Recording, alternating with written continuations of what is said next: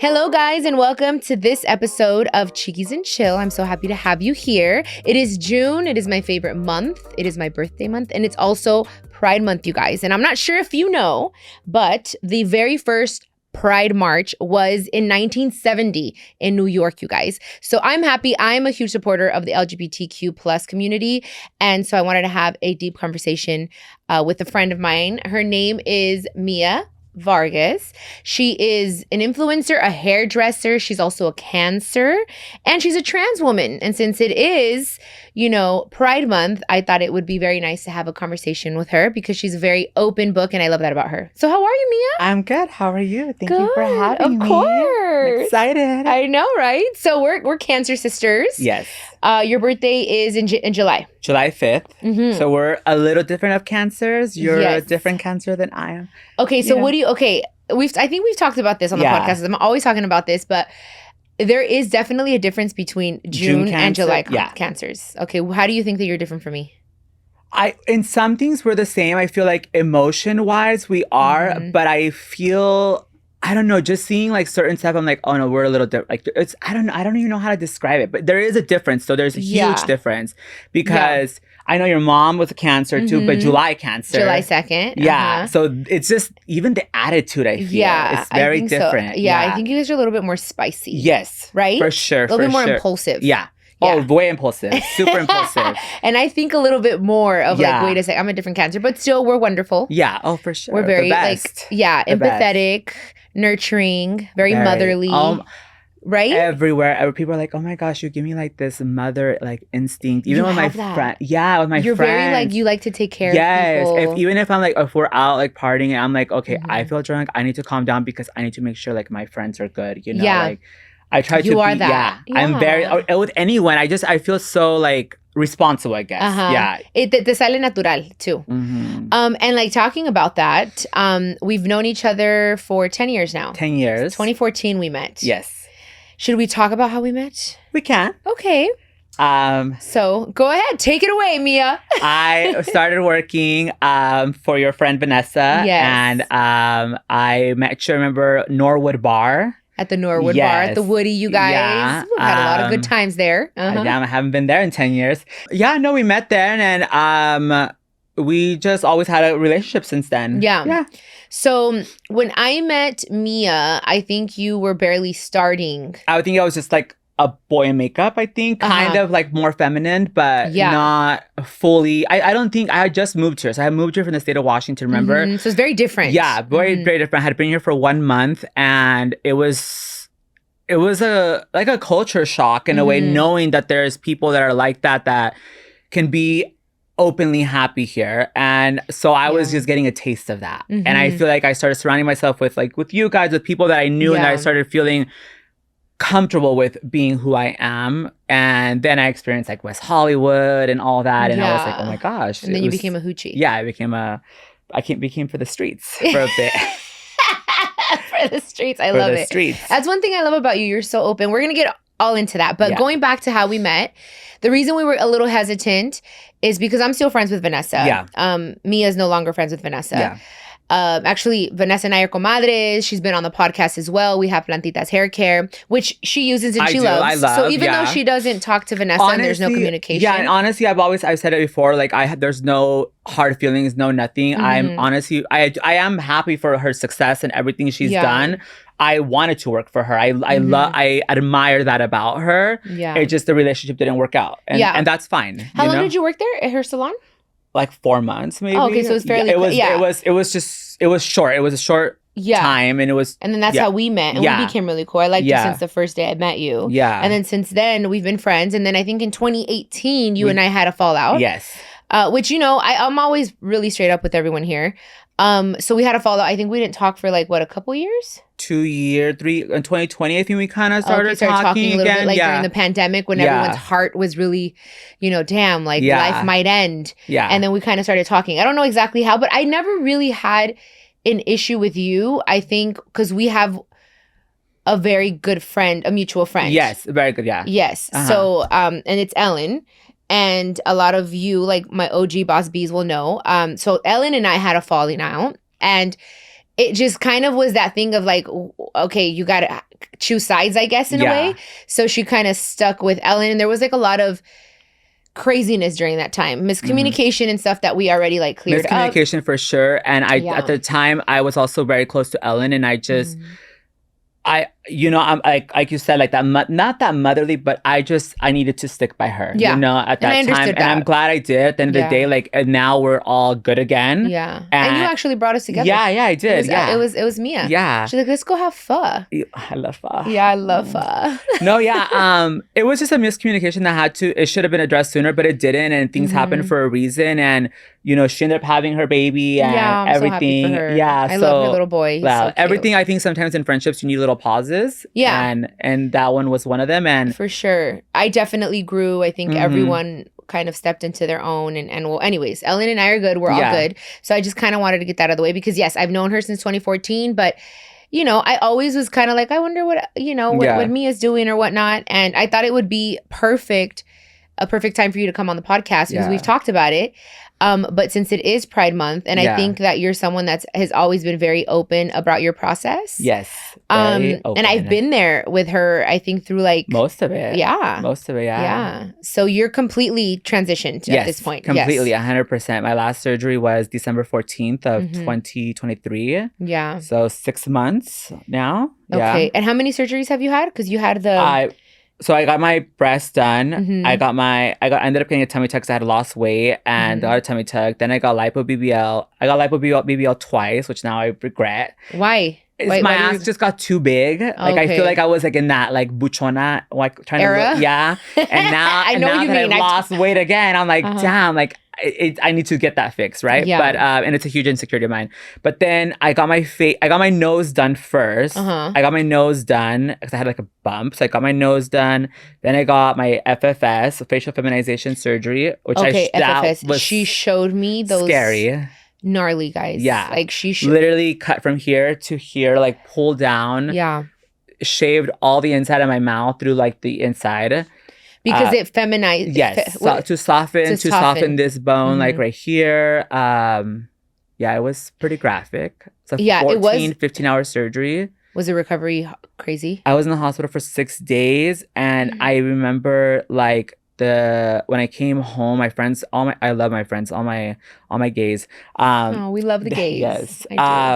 At that time, I think he was like my friend, was Sergio and his ex now Leo. They were both like taking care of me and my roommate, and other friends were just coming around. I remember like 7th, 8th day, I was just like looking at my face, and I was like, I started crying, like just regretting it, like because I looked fucking scary. It looked scary. It looked bad. So swollen so swollen, like. I was like, why did I do this? Like, and everyone's like, I remember before people were like, don't do it. You don't need to do it. You don't need to do it. But I knew what I saw, Now that I'm like recovered, everyone's like, oh my gosh. Yeah. I see the difference. Yeah. I didn't really realize what it was going to do. But now when I see before and after pictures, I'm like, okay, I get it. Yeah. Yeah. Because it just did refine everything. And not just, I just feel like now, like, I love wearing makeup, so sometimes, yes, I'll go a little heavy, or sometimes I'm like more my natural. But I love that I can go natural without looking like masculine. You know what I mean? Like, I can be softer with that. Right now, is it softer, your makeup? Yeah, right? Or no? It looks pretty. I like what you're doing. Thank you. I don't really wear like foundation. It's more like a skin tint now. Okay. Yeah, like, so I like, there's you just feel stuff, more comfortable, more confident. Yes, for sure. And then obviously I recovered from that. And then my last surgery was my gender reassignment surgery, which I did. Honestly, I was like losing hope with that. Oh, girl, you were supposed to pay for that. Yeah, I was. Yeah. I was going to tell you. Send me a check. I did. I told her I was going to. But then we stopped talking. Yeah. I told her, I said, I'm going to help you. I'll pay for it. Yeah. And then we stopped talking and it didn't happen. Yeah. But then how did that go about? Like you... So look, my face, I got it paid. Don't attack me, people, but I got it paid to the state. My face, I did. That I did because during pandemic, I was like, I had qualified for like Medi-Cal and all that. Oh, okay. And so they were doing like, they were renewing everybody for like 3 years. So like, I was like, you know what? I'm getting it. Like, I'm not going to, make it a big deal. Yeah. So I ended up getting that. This surgery, I did do it through my insurance, through my own insurance. I ended up paying $9,000 out of pocket, which isn't bad because I think the total cost was like $180,000. Oh, wow. In the States. In the States, it's ridiculous. Like, and that's why I think people don't do it, or they go to like overseas to do it, you know? Okay. Yeah. Because you told me you wanted to go to Bangkok. Yeah. Yeah. And that Bangkok. was a thing. Or was it Bangkok? Yeah, Bangkok. Thailand, whatever. Yeah. I just like saying Bangkok. But okay. Yeah. So that was the whole thing. And there it was like 10 grand. Mm-hmm. Yeah, it was like 10 grand. I was like, okay, I got you.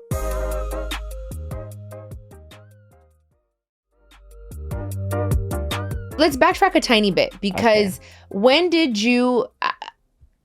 I've always wondered, because I really do feel, and some people may disagree with me, but I really do feel that people are born gay. Me too. There's some people that feel that they become gay, or maybe they get curious and then they want to try different or the same sex, whatever. But I do really feel, and I've had these conversations with Gerald. Remember Gerald? He told me he knew when he was a little boy. Yeah. Like he was 4-6 years old, and he's like, I had a crush on a boy. Yeah. You know what I mean? And I have had these conversations, and I really do feel that. When did you feel, or how give me your experience, because I think it's, did you ever feel trapped in your own body? Okay. Yeah, trapped for sure. And I always, I grew up with sisters, right? But I have cousins and everything, like got male cousins and everything. Mm-hmm. But I always wanted to like dress into their stuff, which mind you, I think every little boy regardless does that, right? Mm-hmm. They'll put on their mom's heels, they'll do that, right? But I just like, I felt like more like poderosa, I guess, like more like powerful, like, and I don't know, it was just something in me, but it was something that I felt like I had to hide. Like I didn't want no one knowing that, or especially living in Washington. Well, not just that. You grow up like realistically, you grow up with you know, hearing your parents say like, "Ay, pinche joto," or "maricón" and stuff like that. So you always have that already. Like I can't be that, you know. Yeah. You're gonna be like a disgrace, right? So.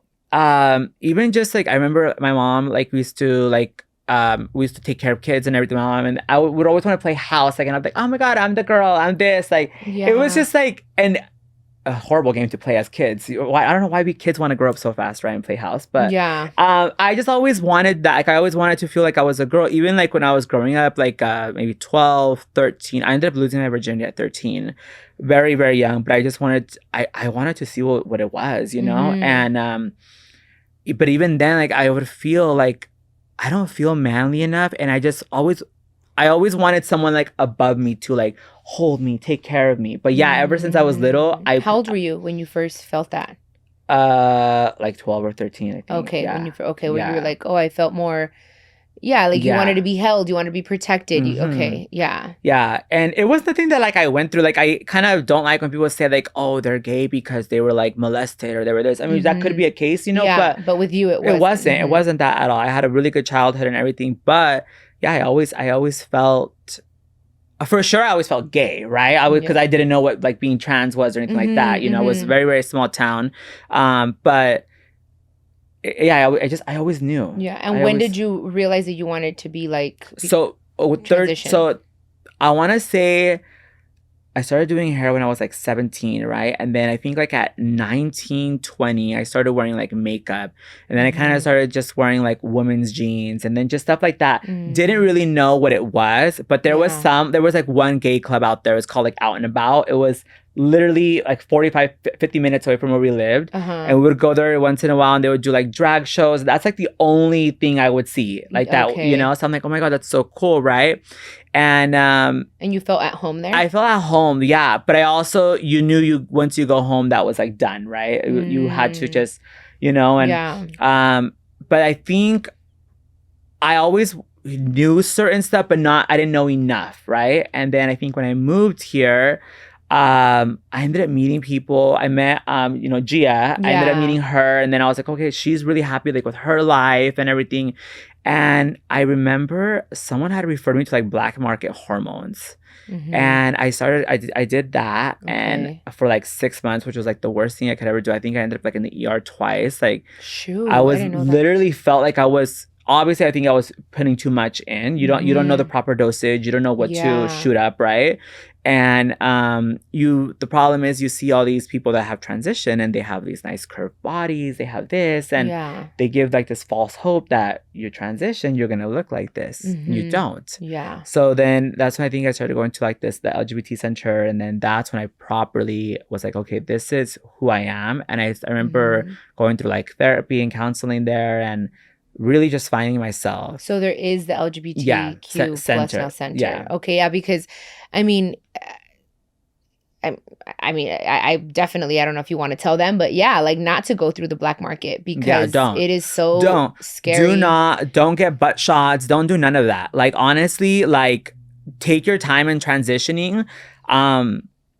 There's a lot of people that I looked up to that I was just like, oh my gosh, they look so good in this. And then they would say, oh, it's the hormones, it's this, it's this. No, it's not. They're liars. Because now they all have come out with videos, like, and these are like YouTubers, like, oh wow. And I don't want to say their names because I can't stand them no more. Yeah, don't. But like, I was given that false, like, oh my gosh, and I know I got on black market hormones because of these people sometimes, you know, and now they all came out like, oh, my silicone butt injections, this and that. Like, don't do that. Now it's they're like infections. It's spreading. Some of them, you can lose your leg. Like, I had a friend that almost died, literally, you know? It's pretty scary. Yeah.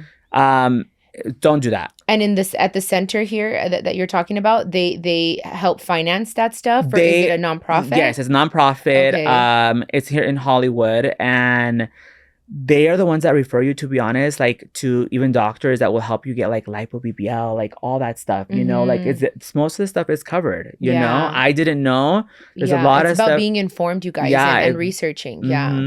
I was able to, you know, change my name, everything like that through the resources, you know, the birth certificate, everything.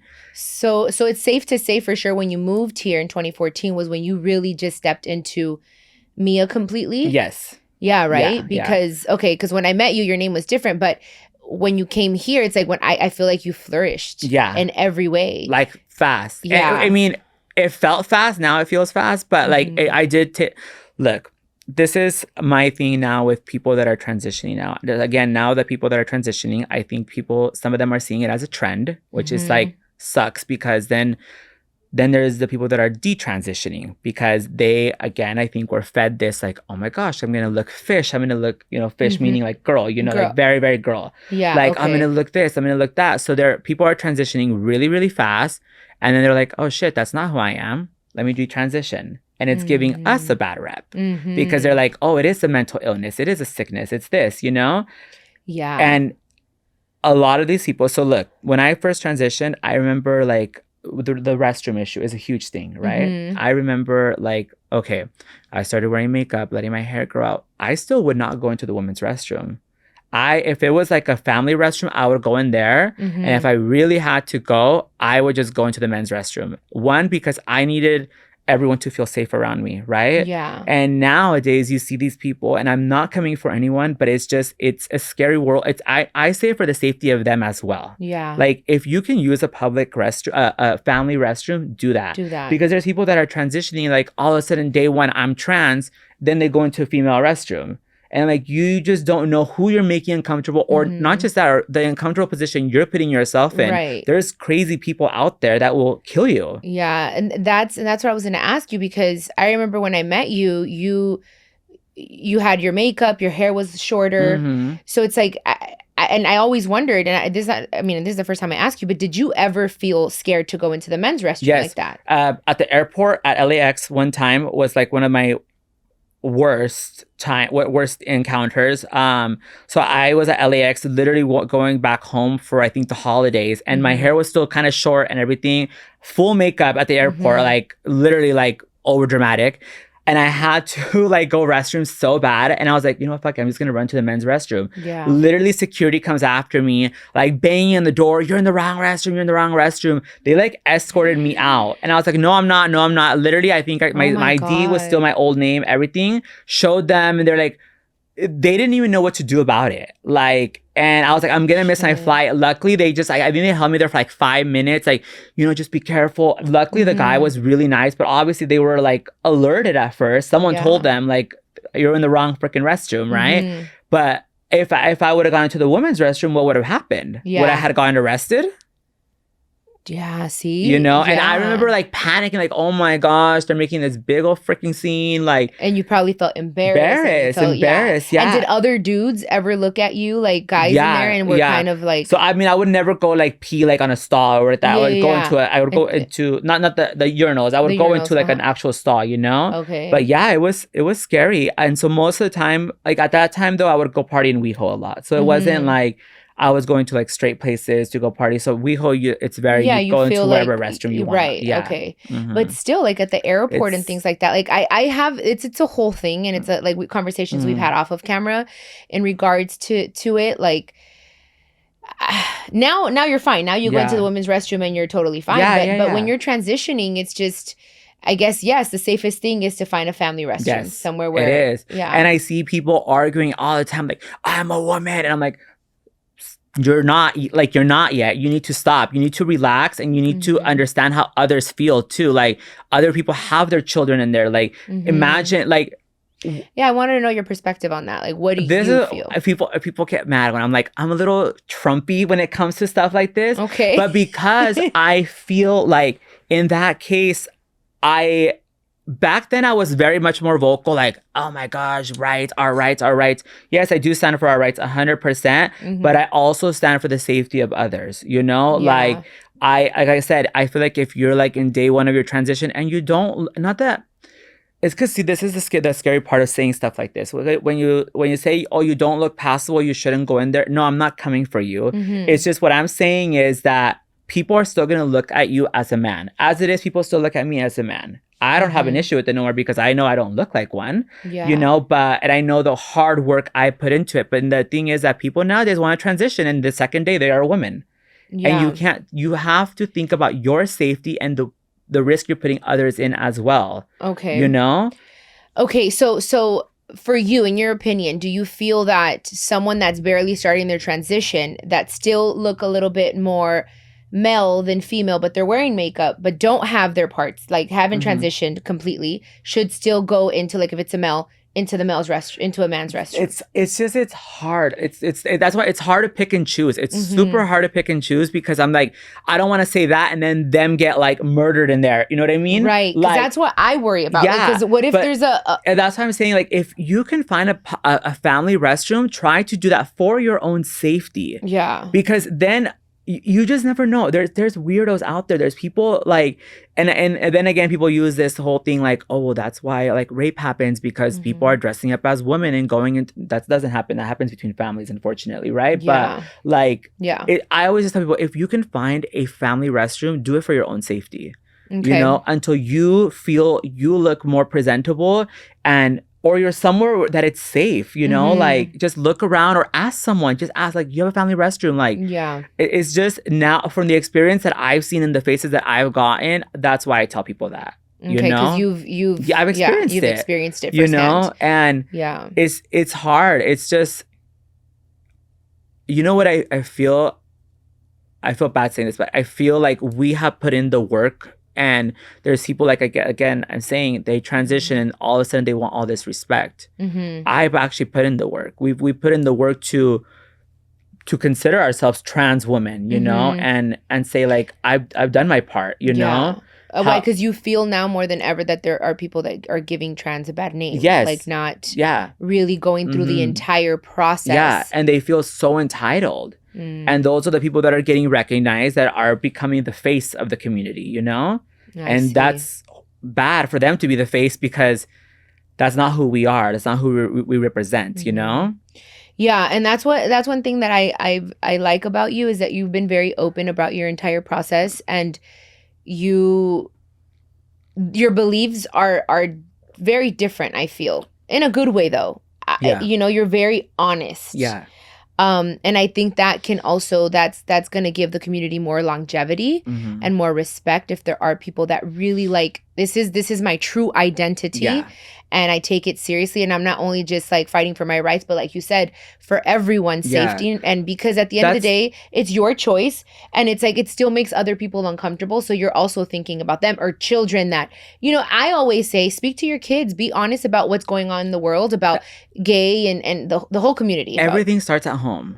Everything starts at home. Like you see these, some of these kids, like the way they speak, I'm like, that's because of their parents. You know, like it's like kids, like it can go in any way. Like when kids wear like gang attire clothing, look what they have at home. You know what I mean? You teach your kids love and respect at home, and that goes a long way, right? And yeah, you have to. Like when people say, "Oh, I don't want my kids seeing two boys kissing or two girls," teach your kids about love. That's all it is, you know? And like I said, all that starts at home. Yeah. And you have to be open with your kids about it. Because if not, they're going to see it. Yeah. Especially now with social media. I feel like I'd rather my kids come to me and say, hey, what's this? Let me explain it to you. Let me show you how children are born or how they're made. And these are people's choices and this is what it is. And as my personal opinion. If your kids want to express themselves, let them express themselves. You know, like when things I don't like seeing, obviously, is like, I remember one time this is like 5 years ago, and Charlotte Russe was still open. This little boy was like, oh, yo quiero estos, like these shoes. Like, and he was innocent. Like, just, and the dad pulled him, pinche maricón, vente pa' acá. Like, I'm like, that's so fucked up. But I was like, you know what? Not my kid. I'm not a parent. And that's one thing sucks when I try to tell people something because they're like, oh, well, you're not a parent. I know I'm not. But like, I'm just saying, teach your kids about love. And just don't be, you know, maybe it's a phase. He just wanted to try that shoe on. Let it happen, but not you know? saying stuff like that. That in public, especially, you know? In public, or even like those are words of... They haunt you. Yeah. Exactly. Even if what if he is? What if the little boy is? And now he's growing up thinking like, damn, I can never be because my dad just traumatized me in front of at the mall, you know? Yeah.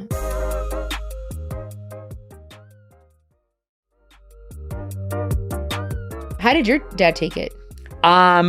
You know, I remember like telling my parents I was started out with bi, and they're like, yeah, whatever, right? There's still hope, you know. and then I came out as gay, and then I don't think they really said much after that. And then I remember when I started transitioning, I told my mom first because I was already living here, and you know, my mom was like, "Ay Dios," and this and this and that, you know.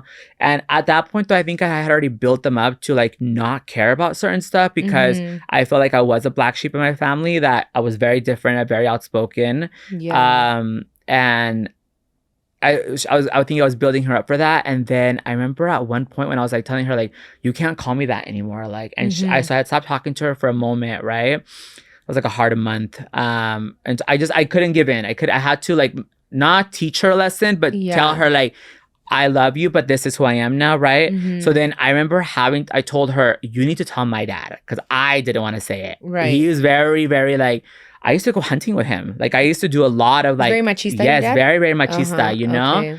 And I remember going back Can't even imagine your ass hunting. Girl, I used to hunt. I used to fish. Oh, wow. I'm very handy. Like, when it comes to, like, building stuff. Yeah.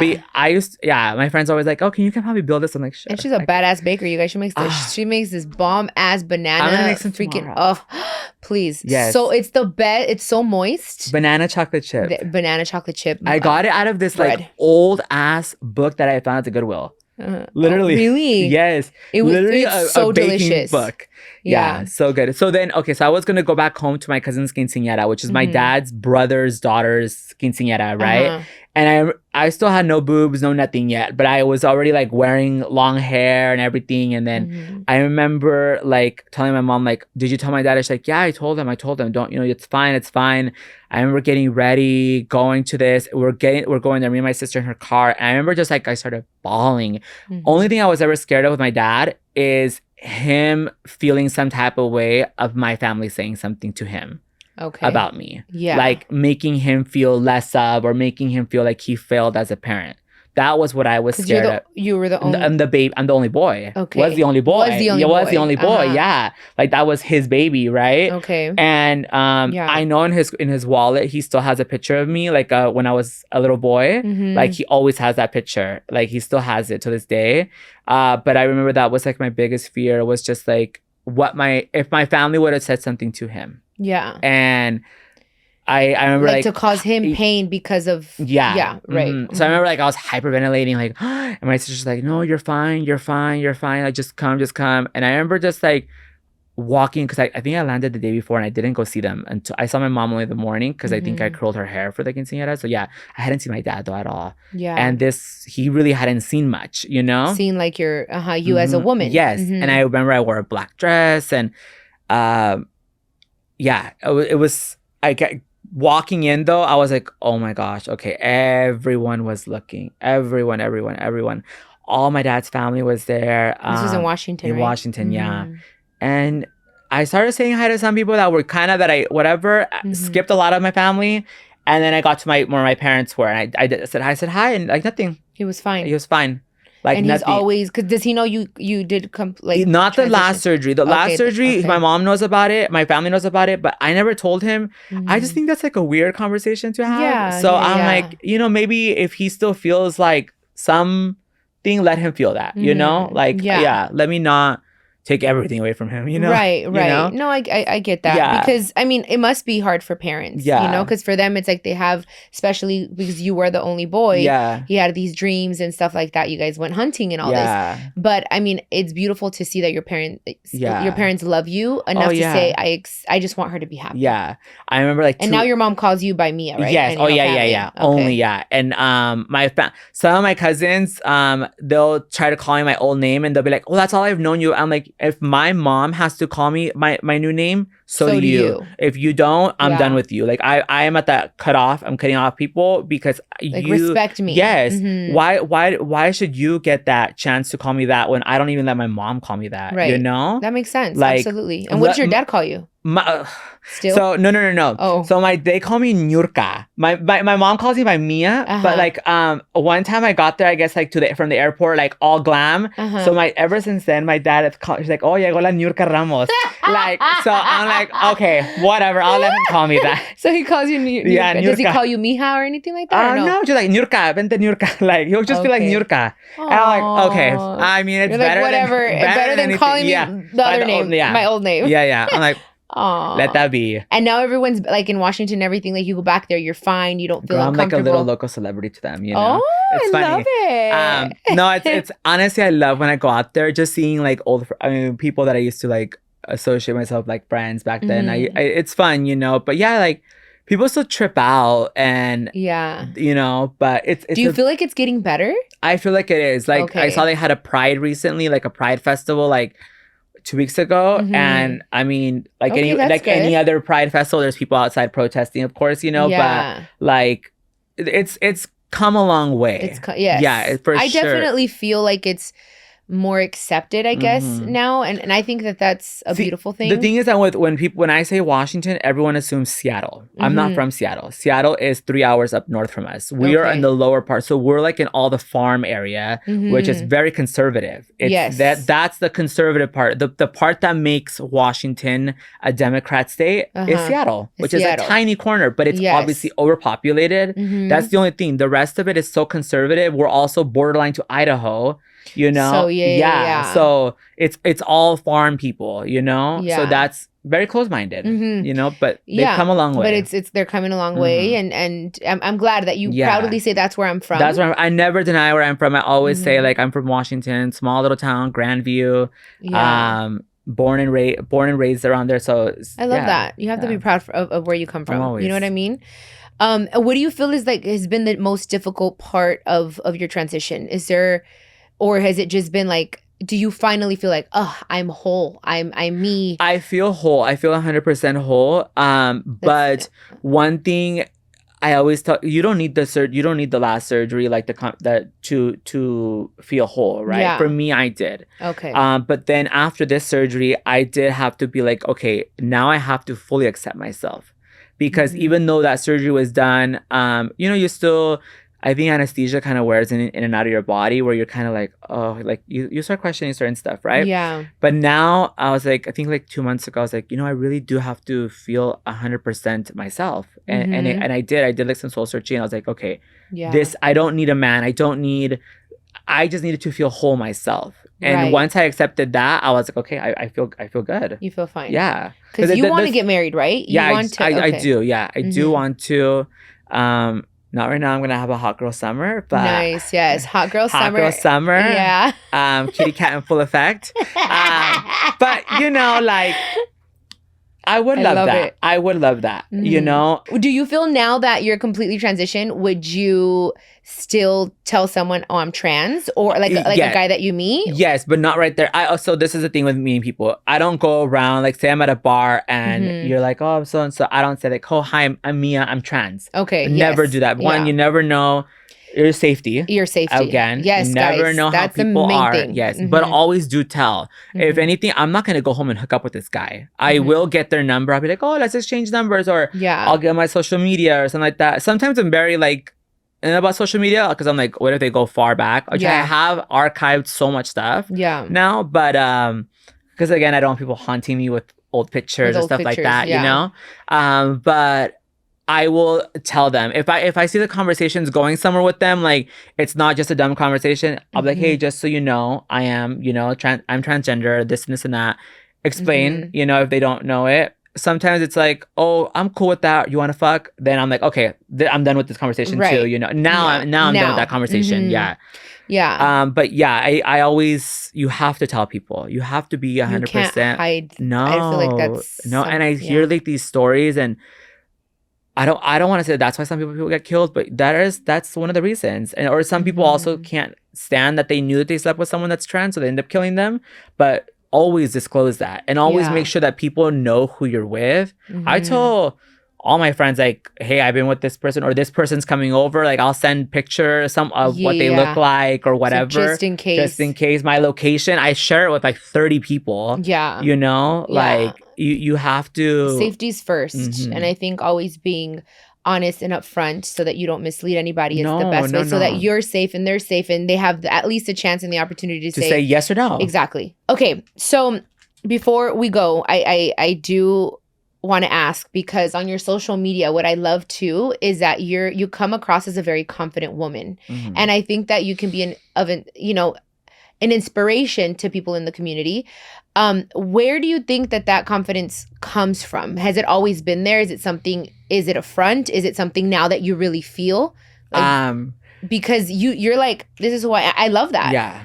But I mean, I've been honest about how I used to portray myself and how I thought I was confident, but it wasn't really confident. It wasn't. I can say that about you too, though. It wasn't. I feel like I've had to portray that. Like I had to portray that I was very confident. And I remember my friends always tell me like, you're so strong, you're so this, what, you know, you shouldn't have an issue. And it would make me cry because I would just feel like you guys fucking think that, but I'm not. Like it's a front. It's something that, so I don't feel torn down. I don't feel like you can get to me. Yeah. Because not to give you the satisfaction. Yes. So what happened, I want to say like 2016, I remember I had posted like that whole picture with like the slurs like all over my body. And then Kylie Jenner had reposted it, right? Yeah. And that was the beginning of like the hate. I feel like go kill yourself, go do this, go do that. And that's where I feel like I had to become even more confident, more stronger, and act like it didn't hurt me, but it did. So I do feel up until like 2020 is when I started kind of being more in tune with my feelings. And then I did stop posting a lot. I used to post like 3-4 times a week. And now it's like rare when I'll post like once every 2-3 weeks, you know? I do post on my story a lot, but I'm scared of what people say sometimes. And I am stronger, but I am more in tune with my feelings. I know you have to read those comments sometimes. You have to read the hate, right? But now I know they can't bring me down. Yeah. But before it was all a front. It was all like, that's why I have to be. I have to show these people I'm a strong bitch. You can't get to me. You can tell me off. You can say whatever you want. But I'm a strong bitch, but I wasn't. Yeah, no, I completely feel you with that because it can with you. You know, you went through so much hate the first. I've experienced bullying since I was little about my weight, and then I came into this world in this industry, and I just felt like I always felt beautiful, and I felt like I never knew that I was big. I only knew that I was fat because people would tell me, oh, you're so fat. You come out on TV. You shouldn't. Like so many things that then I would be like, oh my God, I guess I am. But I felt, so it was just thing of like, I'm not going to let you guys get to me. I'm strong. And I know what I am inside my heart. And now like, it's this thing of like, I know who I am in my core. So me la pelan. You know what I mean? But it was hard to get to this point. Okay. Now that you've lost weight, you went on this like healthy journey, right? Like, I'm sure you do feel though sometimes like, oh, now there's things that I don't like. You're never gonna win that though. Yeah. Because I remember I told you last time too, like, I don't remember you being that big. Yeah. I see pictures and I'm like, what? I guess. You're like, girl, you Photoshop them, right? No. Like, but you just, como dicen, gordita pero fea, no, nunca. I said, look, Alicia, you guys can call me fat all day long, but can you call me ugly? Nope. No, you can't. No, you can't. And no, even like, but you know what's crazy? I feel like I used to get hit on more though back then. I feel like than I do now. Maybe because I have a man, but I was in some ways more physically confident when I was bigger. Yes. Than now that I'm like I walked in on like my There's different insecurities now. Yeah. Because now it's like I feel confident with wearing sleeveless shirts, but then like my loose skin because my arms or something. I was like dressing up for this. I was like, oh no, like I need to have some kind of a sleeve. Something. Yeah. And surgery can't fix it all, you guys. It's you also have to fix your head first. You have to really love who you are inside, and it makes you radiate different. Too many people focus on wanting to fix themselves like on the exterior and don't take care of this and this. Yeah. And then it's just then they have body dysmorphia for the rest of their life. Exactly. And so it honestly, it does irritate me because obviously I am a comment person. I go on people like, girl, even with you, like when you post something, I've sent you pictures like, oh girl, I don't like this, this, but I'm very like, but I also, because I start thinking about what everyone says and I'm just like, oh my gosh, but I hate them when people are like, oh, well, you have money, you can go do this, you said, or she's probably lying, she did all this. No, it's just once you got like into this journey and everything and you start loving yourself, it's very different. Yeah. And your confidence truly loving yourself. Truly, yes. Truly. Accepting who you are and being okay with expressing things and mistakes, past mistakes or whatever. Like that's when like I've reached the point of really loving who I am and not having to do and say and act certain ways to make other people happy. Yeah, it's like I'm really soul searching and seeking to be the best version of myself, that even if I do have a little bit of loose skin, like I don't now. Yeah. It's like I'm all for I'm good. And I'm all for surgery. I also work for a surgery center. And I always tell people, go for it, do it. If you can do it, but do it for yourself. One, don't ever do it for a man because if they'll cheat regardless. You know what I mean? Do it for yourself. If it's gonna make you feel better, but make sure you're okay here because that is the most important thing ever. You know. So yeah, share your socials with people so that they can follow you and anyone that's interested. My Instagram is I am Mia Vargas. My OnlyFans, I'm just joking. Okay. No, my TikTok is I am Mia Vargas 818. So I-A-M, right? I-A-M.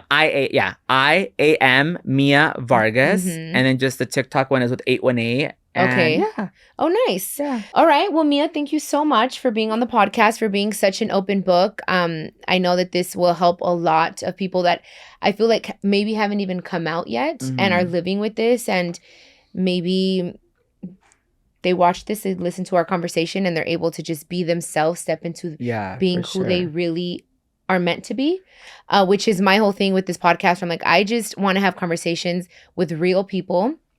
And you're definitely someone that I've had in my life for a long time and that I really love and appreciate. So thank you so much. And before we go, I do want to tell you here in front of everyone, para que esté grabado, I'm going to go ahead and keep my word.